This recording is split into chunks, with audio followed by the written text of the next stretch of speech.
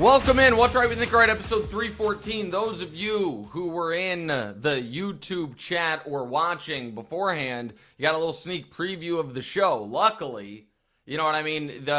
I'm not the all-time legend, Mike Francesa, out here just scolding my producers for bad information because I got great producers that don't give me bad information. I'm not even, so you guys got a little preview of us when we thought we were off the air. We were on the air, but luckily, we're professional at all times around here, so we ain't got to worry about it. Being professional at all times seems to be in short capacity in my industry these days, so let's get right to it. Here's what missed the cut. Joker came back, reminded everyone he's Joker, 39, 10, and 10. The Tennessee Titans but maybe don't love Cam Ward. They might trade the pick. Major League Baseball opening day. None of that is on the show today because of, Damonza, take it away. Yeah, so LeBron's had quite a day. Obviously, he hit the buzzer beater yesterday. Yeah, a little bit of a rough game, but obviously the buzzer beater to win. Mm-hmm. Yeah, the McAfee hit. He's been having the whole Stephen A. Smith thing going on. Do you want to start with the game? Where do you want to go with it? So, since the moment LeBron walked up on Stephen A. Smith, I would, aside from the groin injury, I would argue everything has come up LeBron, and it would appear we are in the midst, and our younger producers or co-host or audience can tell me if I'm using this term wrong, but it would appear we are in the midst, from Stephen A., of what the kids call a crash out. And it is day by day by day. The moment LeBron confronted Stephen A., it was between third and fourth quarter of a game Bron's team was trailing by 10 against Stephen A.'s favorite team on the day Stephen A. had gotten and deserved his new 5-year, $100 million contract. And then he had to sit there and think about, how am I going to respond to the fact that this guy came up, checked me, kept it moving, did the worst thing you can ever do to someone in our profession, not give us a chance to respond, not let us talk, and then walked my team down and beat them. And then LeBron is very, very judicious with the interviews that he gives. And it was not coincidental that LeBron then decides to go on with McAfee, who some people consider Stephen A.'s rival for face of the network. No rival for face of the league, by the way. More on that in a moment. We know who that is, and after this week, we know who face of American sports is. But face of the network, that's an argument. Stephen A. or McAfee. So LeBron picks that guy to go on that show, on that network, and then that night, and this is where, and we'll get to the soap opera stuff in a second, but this is where the greatest of all time remind you that they are. LeBron had put extra pressure on himself by doing that interview. And guess what? Through 3 quarters, he had the fewest points he's had through 3 quarters in a game since I was in college. His unfathomable 1,282 game streak of double-digit points, when the second most is 800 something, is in real jeopardy. And of all days, the day that the streak's going to be snapped is a day that you know the biggest voice in sports media the very next morning is going to do everything he can to rip you to shreds. That's when your streak might break.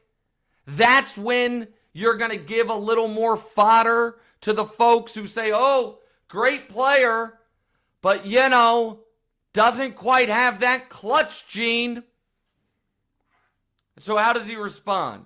Not only by immediately in the fourth quarter getting to double-digit points and leading the Lakers to where, okay, they're going to win. Wait, did they just squander a 12-point lead? Oh, okay, Rui hit those 2 threes. They're fine. Did they just give up a 7-0 run out of nowhere? And then a perfect, absolutely perfect. You want to put on LeBron James' basketball tombstone a 15-second sequence? Put the end of that Pacers game with the context of the day. So here's what it is. Down 1, got to get a stop. Can't double off guys on the Pacers because they all can shoot. Bron realizes, oh, shot clock's down to 3. You're not going to have time to pass. Sends his double, creates the terrible shot, and before the shot's even missed, has leaked out and would have the go-ahead layup. Luka doesn't see it in time. They pitch it ahead late. All of the guys who have fewer career playoff buzzer beaters, who have worse career field goal percentage in the clutch, who are, by any objective measure, worse in the biggest moments, but we deify because those players historically have put their personal glory ahead of the team. All of those guys, when they get the pitch ahead, down 1, 6 seconds, are saying, I don't care that a double is being sent my way. I'm taking this damn shot. Not LeBron James. Make the right play. In the moment and for the big picture. In the moment, Luka's more open and big picture. We need him to be the guy and be great. I'm giving him the ball. And Luka said after the game how much confidence that gave him, that in that moment, that day, the LeBron James ESPN day, he could have said, I'm making sure I'm taking the last shot. He said, no, make the right play. And Luka missed. But for the all-around greatest player ever, guess what? Right position, right effort, a little more energy, a little higher IQ, in the right spot for the tip-in for his first buzzer beater since he walked off the Raptors in Game 3 of the Eastern Conference semifinals in 2018 as a Cav. 8th career buzzer beater, 3rd in the regular season, 5 in the playoffs, which for those keeping track at home, more than Kobe and Mike combined. More on Kobe, the late, great Kobe Bryant, who didn't ask to be brought into this, but got brought into this in just a moment. So go watch those last 15 seconds and see why LeBron's the best player we've ever seen. Because in year 22, at age 40, he understood when to send a double. He understood how to leak out. He understood, oh, I'm getting doubled. It's not about me and my ego. And he understood, in case Luka misses, let me be in the right spot. And so, on a day that as much pressure as could be on a player in a regular season March game, LeBron delivered with another brilliant fourth quarter and with the game-winning tip-in. And then got on his phone, found out that Stephen A had told the world, if LeBron had put his hands on me, I would have swung on him. And so he posts the pictures, the video of Stephen A boxing, and now the feud goes on.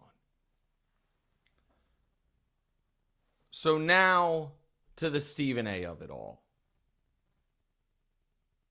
I said it before. I will say it again. It is a lost art in current culture. Just take an L, man. Just take an L.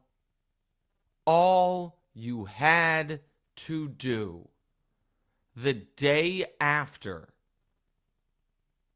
LeBron walked up on you against the Knicks was do kind of what you did on TV, which was be like, I don't really want to talk about this. That was a father talking about his son. And again, that was a little misleading. It wasn't so much about Stephen A's commentary on Bronny as much as it was about Stephen A's commentary about LeBron as a father. And listen, all you had to say was, I think I've been more than fair.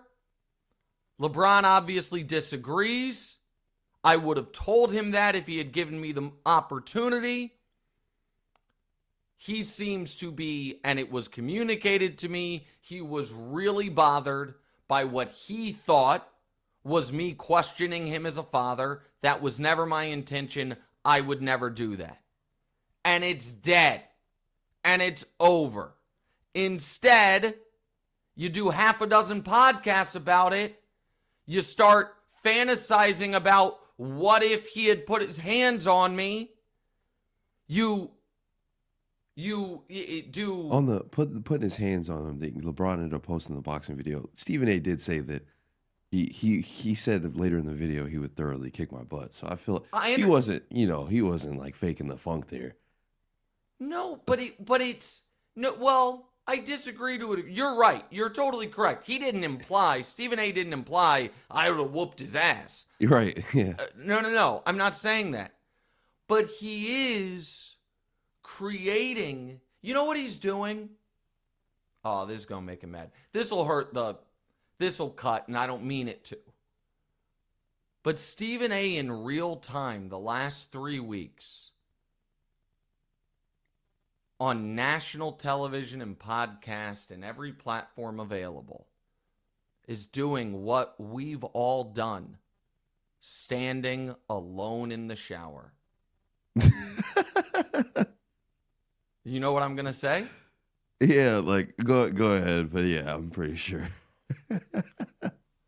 Man, what I should have done, and then if I'd have done that, he'd have done this, and then I'd have done that, and then he'd have done this. He's recreating in real time how the interaction should have gone. For our older audience, it's Costanza and the shrimp and the jerk store ran out of you, but in real time, in real life, against the world's most popular athlete. That's what's happening. We are seeing it. Oh, man, that would have killed him in the argument. Oh, I should have said this, but if I'd have said that, that might have put him over the edge. And then they might have hit me. And if they hit me, man, I'd have to hit them back. I know I'd get my ass kicked, but I'd have to hit them. Stop it, man. There's no need for it. And we can say, LeBron should be above this. LeBron been above this shit for 25 years. Yeah. LeBron went his entire career without ever once saying these two words, Skip Bayless. Never mentioned his name. And by the way, sidebar, man, Skip has to be sick. Livid. That he My is, guy. I mean, just sick that this is happening right now. Damonza knows this. One of my kind of, sayings that I like sometimes, as a joke, sometimes as a lesson, sometimes as an attaboy, is every decision you've ever made in your entire life has led you to this very moment. And that is true for all of us in every moment. And sometimes, it can be a cut, it can be a positive, whatever it is. And again, I have affection for Skip. And so I'm just being honest. You know, there's a moment last night or this morning when Skip is like, I'm about to, instead of having this discussion on national television sitting across from Stephen A himself or Shannon, I'm going to have this discussion in my house sitting across from Ernestine. And that's not how this was supposed to go. Like, this would be the moment. And again, my record reflects, I don't think that's unfair. I know that if the wrong people clip it, whatever, I'll deal with it. That is the reality of the situation. That is the reality of the situation. Yeah. And here's the other piece of it. And I say this pretty confidently. I do not think LeBron will ever talk about this again. Now, maybe the fact that Stephen A evidently a few minutes ago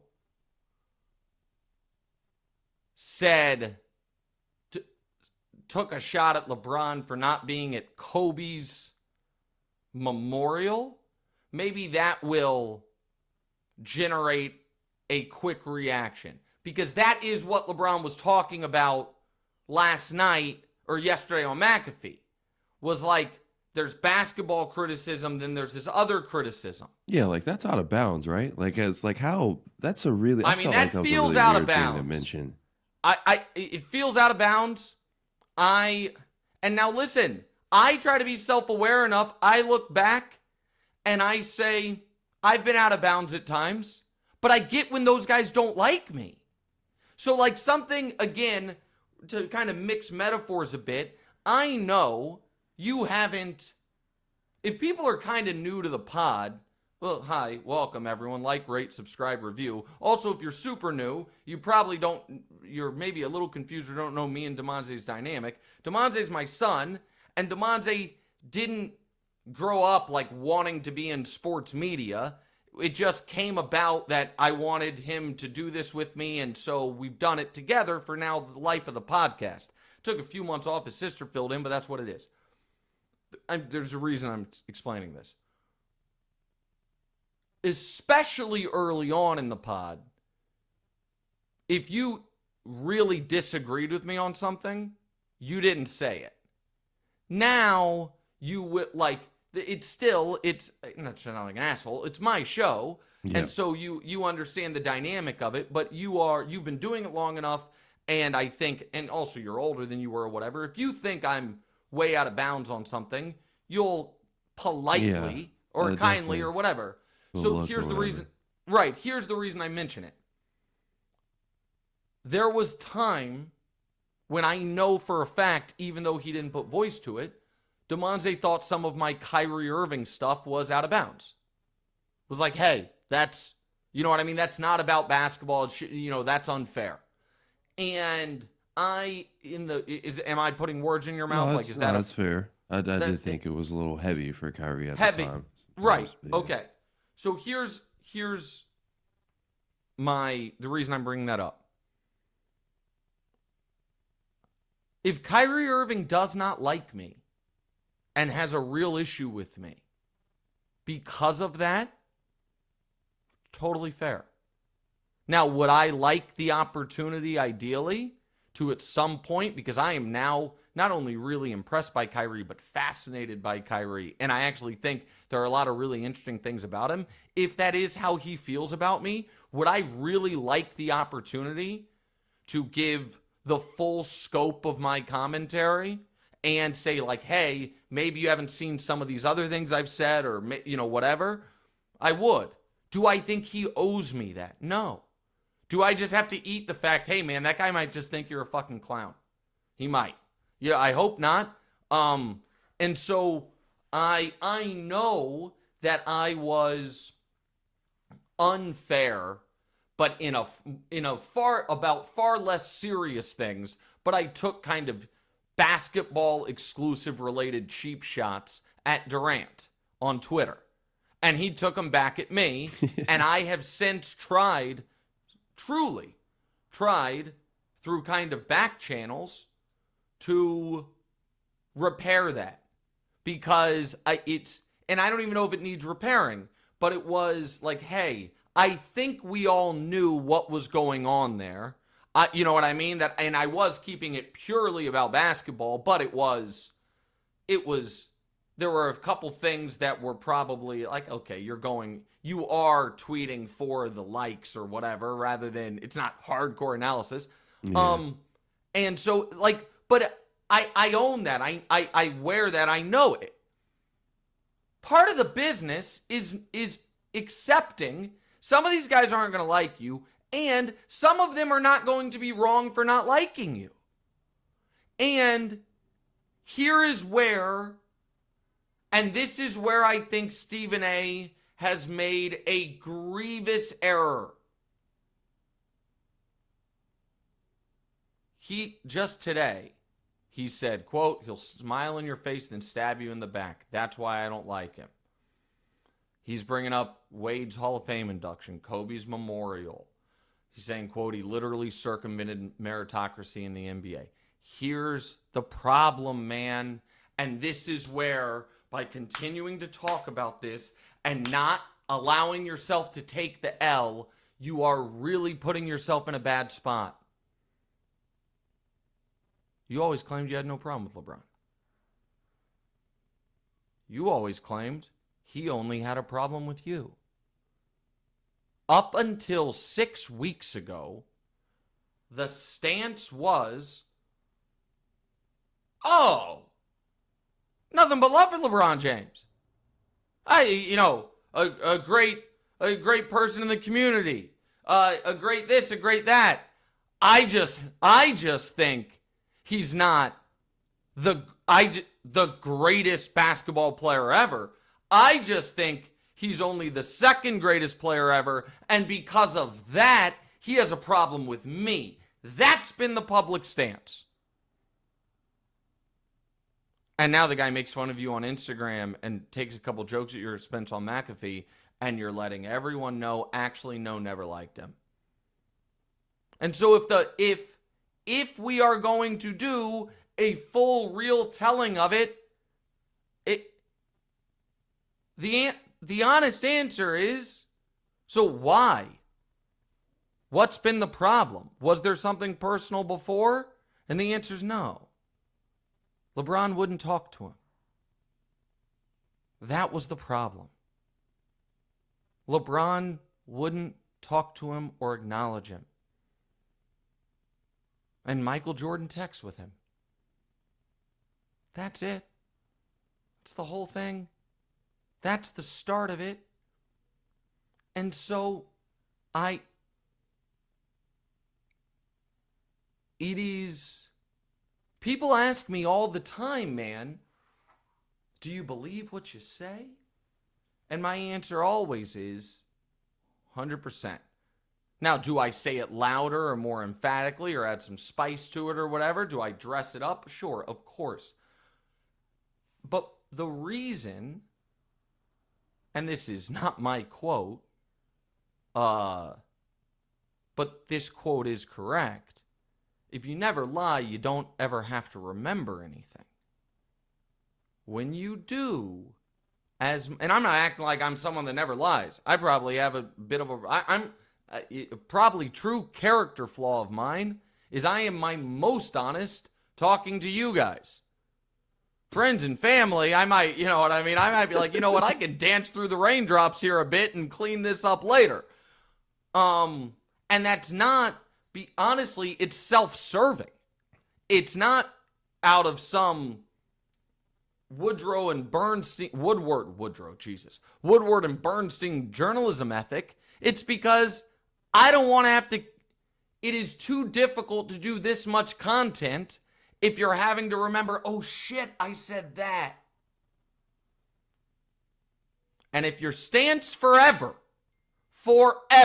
has been, I have no problem with that person, he has a problem with me. And then the first time you get pressed, you empty the clip about everything you've always had a problem with, people are going to say, you're fucking lying to us. You were lying to us. And here is the problem with people in general who don't have the ability to take an L and who are very online and who are public figures. This applies to, I guess, some of our actual politicians and some of our potentially would-be or wannabe politicians. All you can do is keep doubling, tripling, and quadrupling down. Because you don't have the ability to be like, I was wrong. You constantly are reminded of the incident at hand, and you are constantly reading people make fun of you or rip you. So, again, I am not trying to act like I have, the silver bullet on this stuff. However, I do have one kind of just natural superpower, I guess, and another decision I've made. The natural superpower is this. I am totally fine being wrong. Like, oh shit, got that one wrong, my bad. Not a problem. And the other one is, I don't read my mentions. So, people are like, I am not finding my, and I'll add a third thing I'm very good at. I'm on the right side of the great athletes conversation. Like the other thing is like, in the, hey, LeBron James, good or overrated, I had the foresight to be like, I'll go with good. You know what I mean? I think I'll plant my flag on good and see how it plays out over the next 15 years. And so that's been helpful. But I can't believe that this is how these last few weeks have gone.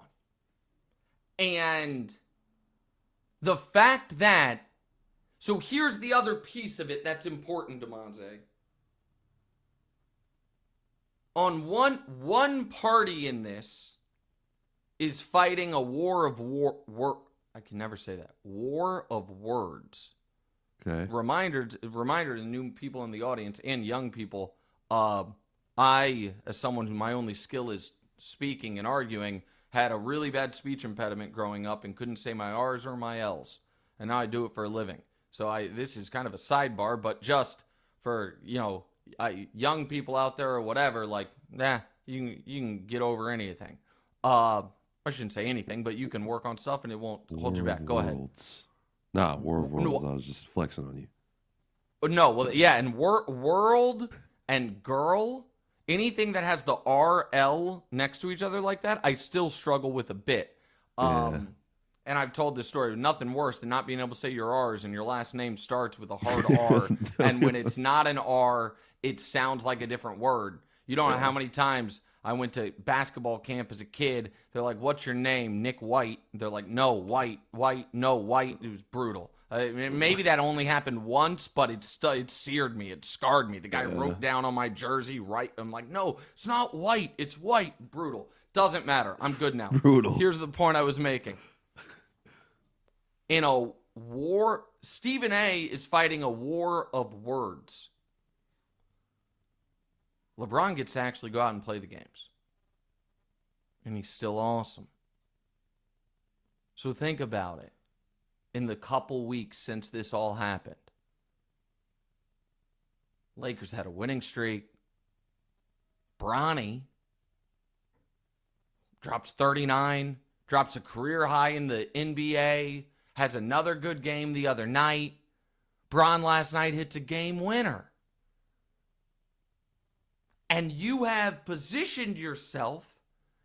I can't imagine being this boxed in. You have now positioned yourself where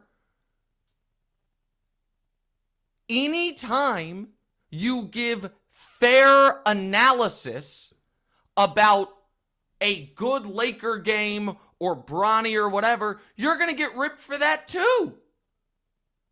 Like, you are so boxed in. And the guy, honest to God, so much of this, as I've said before, so much of the toxicity of sports media across all sports and all our debates is actually about Michael Jordan and that era, and that era of people who came up in that era being like, man, my childhood was the best, I promise. Like, and not seeing that every single human being ever, it's like, hey, what's your favorite type of music? And for everyone, it just happens to be the exact type of music they were listening to when they first got their car and first were able to drive. Who are the best athletes? And it's like, oh, it just happens to be for everyone, myself included. The athletes like we watched in our formative years and then into adulthood, and not being able to see that it's not special. It's just how human beings' brains are constructed. But point is, this whole thing really generates from MJ's my buddy. This guy won't talk to me. I must, against all odds, support MJ's legacy. But MJ ain't playing anymore. You're never going to be able to go on the show and be like, look what Michael did. But this other guy won't fucking quit. He is. We are in a span of 10 days. His son almost drops 40 in the G League and leads the Lakers in points in the NBA, and he has a buzzer beater. And so it's just a war you're not going to win. And it's a war you're not going to win because I think because of your popularity and success and talent, enough people have watched you for long enough that we know what the record says. And we know you have always claimed you have no problem with LeBron. He has a problem with you. And then today, you say he will smile in your face, then stab you in the back. That's why I don't like him. Is that just in the last 2 weeks? Literally circumvented the meritocracy in the NBA? That in the last 2 weeks? And also, again, on the 2 online portion of this, if you were born in the previous century, as I was, as Damonza was, if you were born as not in the 2000s, and you use the phrase, as evidently he did today, privately via text, or God forbid on television, butthurt, you're either way too online or you're just way too online. And so, like, what are we doing? Stephen A said butthurt. Yeah. I thought that was Matt. I'm sorry. No, you thought I was just taking a random shot at Matt mid-rant? No. No, and listen. The boxing video is bad. Here's the thing. The boxing video is not bad. And here's what I mean. And this is where and nobody ever listens to the whole thing. Nobody ever hears the whole thing. I shouldn't say nobody ever. But I stand by these shows in their entirety 100%. It's hard to always stand by little individual snippets, you know what I mean? But in their entirety, I think I'm fair. I really do. So this is a piece of that. Boxing video is not bad. Stephen A, by his own claim, was not in the shape he wanted to be in, was overweight. By his claim. It's not me, Nick saying it. His claim. So this guy, at 50-something, hired a trainer, lost a bunch of weight, got pretty jacked, and took up boxing. That's fucking awesome. That's cool, actually. I respect that. And him feeling good about what he accomplished and being like, hey, here's me, sparring or whatever it is. Like, people can make fun of it. Looks better than if I did it and I'm 20 years younger than him. That's cool, actually. The problem is knowing that that is out there and then being like, yeah, man, me and Bron might have had to throw down in the middle of Staples Center. You just can't leave yourself open like that. Like, there is, again, there are a few old TikToks that either your sister, your mom, or your auntie posted that I am like the funny final reveal of like a dance they're doing. Okay? Those have never gone like mega viral, but they're there. There's somewhere. You can find them through the internet. You better believe that if I ever was like, you know what? I'm going to go on TV and explain how, if this happened, I'd give it to Chris Brown. Like that, I might be like, oh no, wait a minute. Wait a minute. That's not going to end well for me. And I do think there is an element of megalomania too in the same time frame, thinking, even though I'm on the wrong side of the argument, I'm going to win this PR battle with LeBron James. And that's going to be one of the side quests I'm on. The other one is seriously contemplating running for president of the United States. Like maybe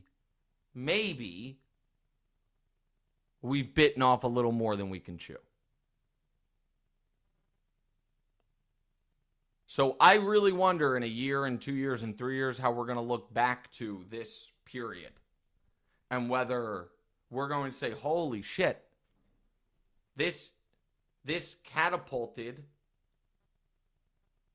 Stephen A into another stratosphere, or if we're going to say that was, as far as cultural, social, political relevance, the high watermark. We'll see. I know what I would bet, but we'll see. To the basketball piece of it for just another moment, I really do want to harp on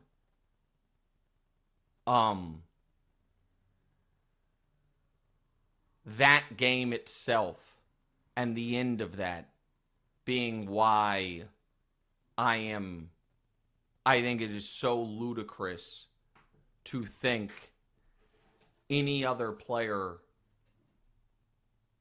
in the history of the sport is in the general vicinity of this guy in LeBron.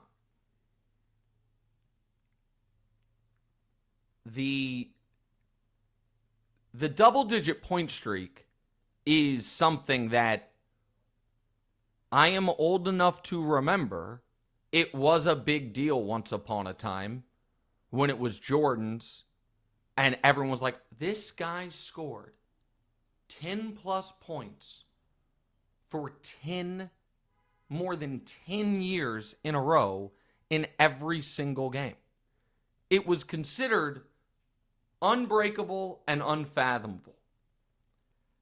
And now that instead of the record being in the 800s, the record's in the high 1200s, it is an afterthought. It is never mentioned, And I think a lot of people watched last night and weren't even aware of it. Now, there was just an article written this week about people betting on it. And it was really interesting. People bet Damonza are betting like, minus 10,000. Or I don't even just for the double digit to hit that night for him to continue. Will the streak? LeBron get 10 plus points? People are betting the yes. Sharp bettors are betting the yes and just taking the 1% return or whatever it is. And there was an article written about it literally 4 days ago, and then it looked like it was going to get snapped last night. It was crazy. And there is one of my favorite kind of LeBron anecdotes is he has suffered 2 major injuries in his career. Major. The torn groin on Christmas against the Warriors, his first year with the Lakers, and Solomon Hill somersaulting into his ankle and messing up his ankle and foot, and he missed months. Those are the only times he's missed months in his career. The Solomon Hill game, which knocked him out for months after, when Solomon Hill hit him, he had 7 points. There was an injury. There was a timeout. LeBron said, I can keep going. Played one more possession, hit a 3 in the corner to keep the streak alive, and did not play again for a couple months. Those types of things don't mean everything to him, but they mean enough that he was like, let me see if I can knock down one shot because I'm about to be out of here for a bit. And so last night, at no point was he'll score 10. The only way he won't score 10 is suffering a very early injury or if at some point he gets thrown out of the game. Those are the only ways. Last night, there was no question to me whether or not, even with 3 points going into the fourth quarter, he was going to get it. Go ahead. What were you about to say? I was just thinking, when was the last time LeBron was thrown out of a game? I don't know. I think he's been thrown out a couple times. He's fouled out, obviously, a few, but fouling out takes out so much later. Right. But the double-digit point thing is just a added piece. The end of the game is why I'm going to go back to, hold on, sorry, and this might glitch for a moment.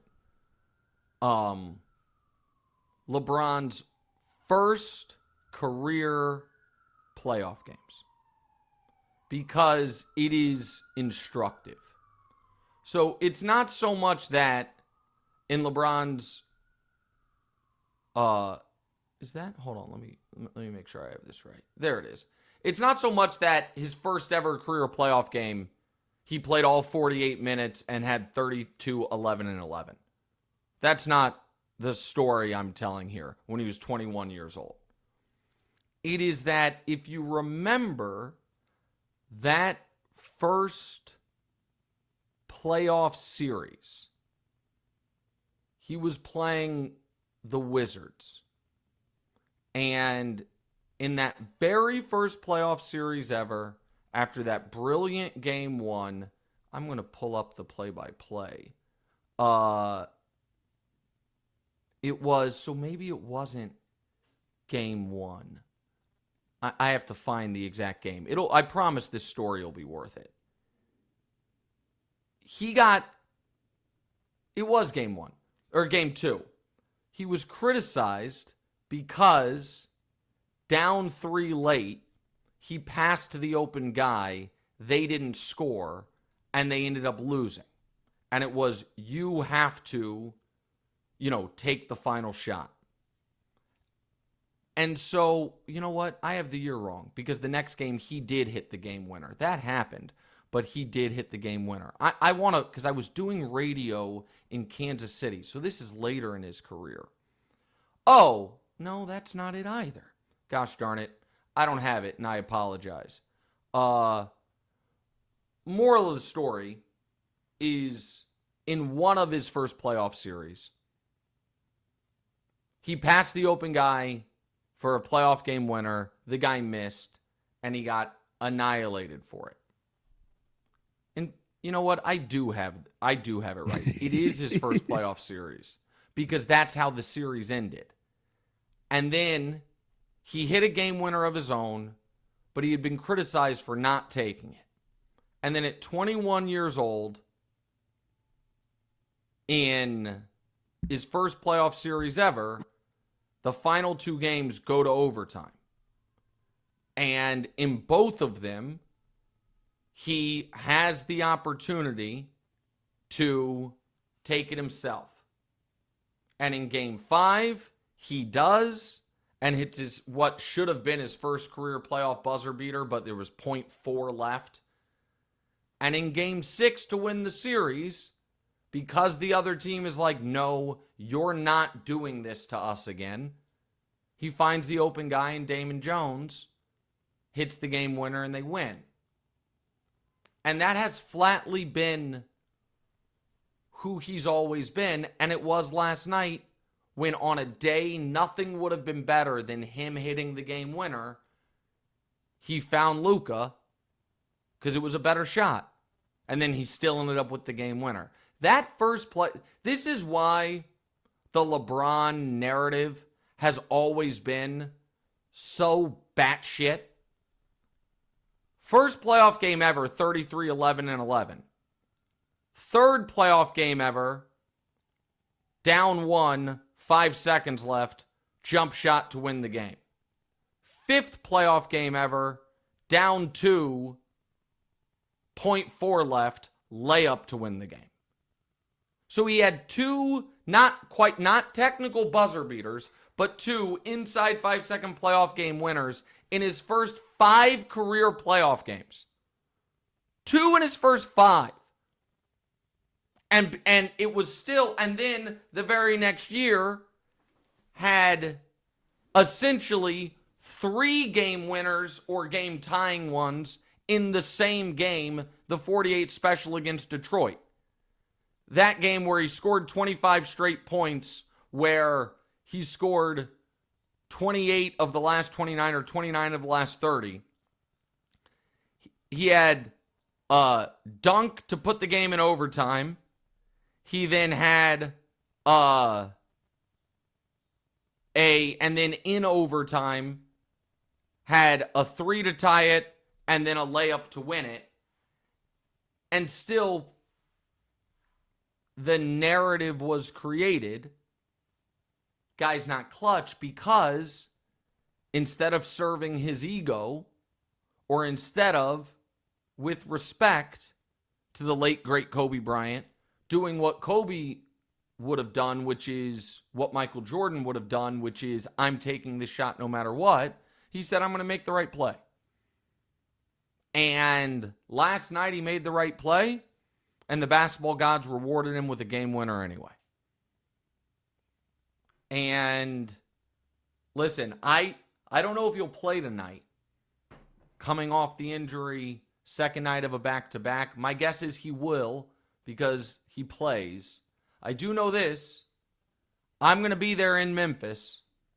I don't know if that game's... I don't think that game's... I thought the game was going to be on national TV. I don't think it is. On League Pass, you'll be able to see me.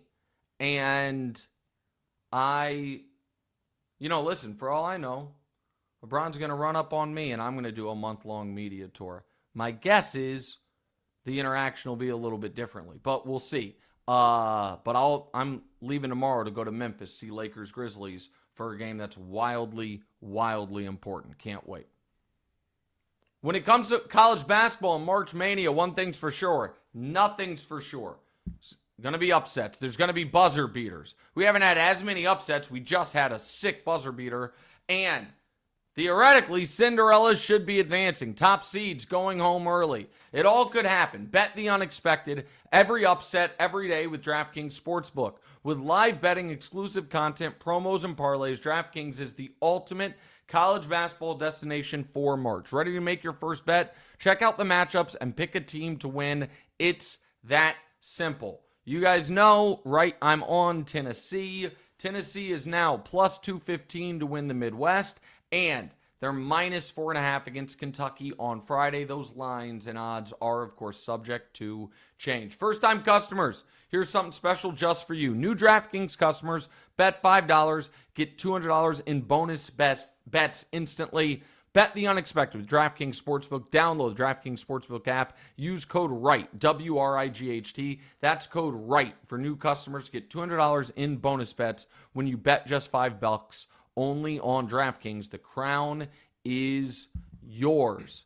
All right, Damonza, let's get to, as quickly as we can, some of these other topics, because we did just do an hour-long A block. But I think it's what the audience wanted there. It is worth it. So Dame is out indefinitely with a blood clot in his leg. Giannis missed the loss last night against the Nuggets. Bucks are in rough shape right now, and their odds have dropped from plus 20,000. That's 13th best in the NBA for the title. What do you think about that right now? I think they're totally cooked. Yeah. And listen, the way I understand blood clots is very simple when it comes to the NBA. If you get put on blood thinners, you are out 6 months. So that's why the Spurs instantly ruled out Wemby and Brandon Ingram. Listen, Brandon Ingram missed 6 months. Ulster Thompson missed 6 months. Wemby, they think, is going to miss 6 months. So this is brutal for Dame. And I think it's obvious that the Bucks' championship aspirations, while they were quite thin, are now down to 0, despite how great Giannis is. I also think that Giannis's future in Milwaukee comes into question a bit. He's 30 years old. He has finished, Damonza. This is his MVP finishes over the last 7 seasons. Simmons brought this up, and it's remarkable. First, fourth, third, fourth, and this year he'll finish 4th. Maybe 3rd, but 3rd or 4th. It'll be Tatum and him, or him and Tatum. A 7-year run of dominance with one great playoff run. And we don't put any of the deconstruction of the Bucks on Giannis. Like, I think he really wanted Drew Holiday out of the building because he thought that Damian Lillard had the better chance of getting them back to the championship, and that you're just seeing that play out. You're not wrong. You're not wrong.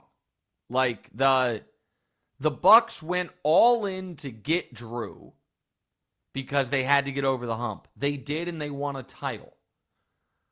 The next year, I think they were the best team by a lot. I think they would have crushed, the Warriors in the finals. But Middleton gets hurt. Your guy Tatum goes crazy in that round 2 in Game 6. Game 7. And then Grant Williams, Tatum's crazy game was Game 6. Grant Williams had the Game 7. That Game 6 was, and I talk about this game a lot because this is one of those just insane playoff moment games where Tatum was unbelievable and Giannis was unbelievable, but Boston ended up running away with it. So Giannis in that game, 44, 20, and 6. 44, 20, and 6. But Tatum, 46, 9, and 4 on, 17 of 32 from the field, 7 of 15 from 3, and they win. And then Game 7, if people don't remember it, I call it the Grant Williams game because Grant Williams, hit 7 3-pointers, and the Celtics went 22 of 55 from 3, and you just lose. You know what I mean? It's just you lose. Then the next 2 years, Giannis hurt in the playoffs, but in the interregnum of those next 2 years, they trade for Dame because they're worried Giannis isn't going to re-sign. The sign his extension. And the Dame thing hasn't worked out. Just hasn't. And we appreciate it, though. We appreciate Say it that. again? I said we appreciate it, though. Who's we? The Celtics? Yeah, the Celtics, 100%. Oh, well, yeah. Well, right that's the other thing. By trading Dame, we win. Yeah. No, but also that's how you guys get Drew. Like, that's what I'm talking about. I'm talking about Drew Holiday. Okay. I'm saying thank you, Giannis, for wanting to get him out of the building. And I got yeah. we ended up picking. And I mean, he wasn't traded from Milwaukee to Boston, but that's how they got him. The same type of deal, right? Yeah, no, it is. Right. He's part of the Dame trade, and then he ends up being shipped to Boston. And it is, yeah, so tough times in Milwaukee. And, they've made some mistakes. Firing the head coach for Doc probably was a mistake. The Dame trade has not worked out. And I do want... Try to get a technical last night on purpose and I don't know if you saw that, but they wouldn't give it to him. They wouldn't give it to him. Yeah, he needed the time. They wouldn't give it to him. All right, let's move on to the next topic. So yeah, last night, no Tatum, no problem. He obviously went down with an ankle injury against Sacramento the other day. But yeah, they still beat up on the Suns. You said the Celtics are in a dynasty or deconstruction tier. Please explain that. Yeah, so here's what I mean. Hold on, let me send this text. If they win the title this year, I just think they are obligated to run it back with everyone. Everyone's under contract except for Horford. And they could go for a real dynasty, a three-peat. If they don't win the title, especially if they somehow don't make the finals, got new ownership. There's some private equity involved. It's going to be the most expensive team ever.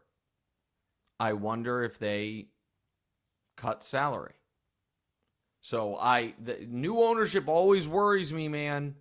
Like, listen, new ownership came in with the Suns, did the opposite of cut salary. Like, we're going crazy, but it hasn't gone well, right? New ownership came into the Mavs, and it wrecked basketball in Central Texas. Just ruined it. I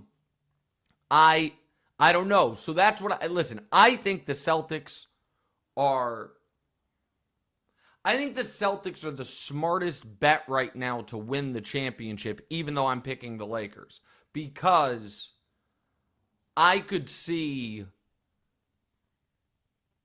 at least 2, maybe 3 teams coming out of the West. The Thunder, obviously. The Lakers, obviously. And maybe Denver. I could not see anyone coming out of the East but Boston. I just don't think the Cavs can beat them in a series. So the Celtics, to me, are the smarter play. So I'm not knocking them. But if they don't win, tough one. Tough one. All right, let's go on to the Travis Kelce thing, just because I want to have some fun before we go. Yeah, so Travis and Jason, they saw that you were trying to come on the show and do like the cap. I wasn't trying to come on the show. They were looking for a cap expert, and I knew that they were like, I'm sure that they in the head were like, oh, we should ask Nick Wright. Oh, he's super busy. We don't want to bother him. And so I was just like, guys, don't worry about it. But go ahead. So what happened? 100%. And so they mentioned you on the show, and we're just going to play that for the fans here. Oh, let's hear it. We could go outside of the organizations and go to somebody who is just maybe used to work in the NFL or works in the media. Nick Wright threw his hat in the ring on Twitter. Nice. Known Kansas City Chief homer. Fucking love Nick Wright. My guy. Trav. What a delight. Yes, sir. So here's the thing. Trav and I have not talked since he's been serious with Taylor Swift. Since he's become like a super duper celebrity. No, I just don't. So here's the thing. I don't want to bother him during the year. And then last offseason, he was traveling the world with Taylor. And then at the parade last year, we were going to, I think, get together after the parade or during, but there was obviously the tragedy and the shooting at the parade, and so everything got askew. So I haven't talked to Trav in a while, so appreciate the shout out on, one of the world's most popular podcasts, and also to the folks, I think it's Wave that does that, and to the New Heights producers, I'll do it. And I'll waive my appearance fee just to help them out. They want someone to come on and really just break down. I don't have an appearance fee. Really just break down the cap. Nothing would thrill me more. All right, before we get to our listener questions, remind you this episode of What's Right is brought to you by Daya Pizza, featuring dairy-free cheese made with their new Daya Oat Cream Blend. Dairy-free cheese come a long way, and Daya's leading the charge. Their pizzas offer the melt and stretch of traditional cheese without any dairy. Each Daya pizza starts with a perfectly crisp crust, layered with savory, satisfying toppings, and finished with cheese that melts and stretches beautifully. The Daya Oat Cream Blend delivers a creamy, cheesy texture that's indistinguishable from dairy-based options. Every pizza is crafted to be dairy-free, making it a great choice for anyone seeking more inclusive meal options without compromising on taste. Daya takes the concept of dairy-free to a new level, eliminating FOMO. That's not the fear of cows, that is the fear of missing dairy. These pizzas deliver delicious taste and texture, making them perfect for any occasion, from casual dinners to game day spreads. Enjoy a FOMO-free pizza night with Daya. Visit DayaFoods.com for more information, or find Daya Pizza at retailers like Whole Foods, Kroger, and Walmart.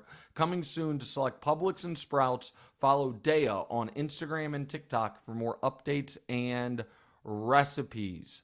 All right, Damonza, let's get to these last two things before we go. So New England signed Stefon Diggs to a 3-year deal. It's going to be worth $26 million is going to be guaranteed there. So he's obviously coming off his torn ACL. I thought this was crazy. 26 people are like, well, it's really just a 1-year, $26 million deal. And then that's fine, but $26 million, he's not going to be ready week 1. So Diggs was a good slot receiver last year. But the yards per catch deterioration concerns me. So here is Stefon Diggs the last 3 years. Yards per catch. 13.2. 11.1. 10.6. That's alarming. And now he's coming off an injury, and this is going to be, and I like Drake May, but the worst quarterback play he's had in years and years and years after all that time with Josh Allen and CJ, that I understand that they feel like they have to add a wide receiver and they have money to spend. I just don't know that I think Diggs is still a real difference maker. I was going to say, for Stefon Diggs' career, it kind of seems like that's where you're at in your career now. You're kind of just, it seems like you'd be done, or close to, it's not really competing for anything. Good for him for getting one more payday, but not competing for anything, and rough spot. All right, the Sweet 16 tonight. So I gave out, with our friends at DraftKings, I gave out a nice little 3-1 parlay yesterday. Plus, actually, 330-1. And I'm going to roll with that it's going to stay pretty chalky. So I like Houston, Bama, Tennessee, and Michigan State, all just straight up to win. Not against the spread, just straight up to win. If I were, of the games today, the one that if I had to pick an upset, the one upset that I would go with is Arkansas over Texas Tech. I just think Coach Cal, I think those guys, I know they're a 10 seed, but I think I'm not betting it, but I think that one's certainly more plausible than the other three. And tomorrow, maybe I'm crazy, but I think Michigan could beat Auburn. And so, but either way, listen, we talked about this on Tuesday. The lack of upsets means we are going to get an unbelievable Sweet 16 in the Elite 8. and all these games should be close. They should be good, and I can't wait for it. And I'm also excited to see if Duke can kind of, finish this thing off, or if someone's going to clip them. Duke was the smart bet. There's no doubt about it. And the team I picked, Tennessee, they got their hands full with Kentucky tomorrow. So, that's going to be a war just to get to Houston, just to have a chance to get to Duke.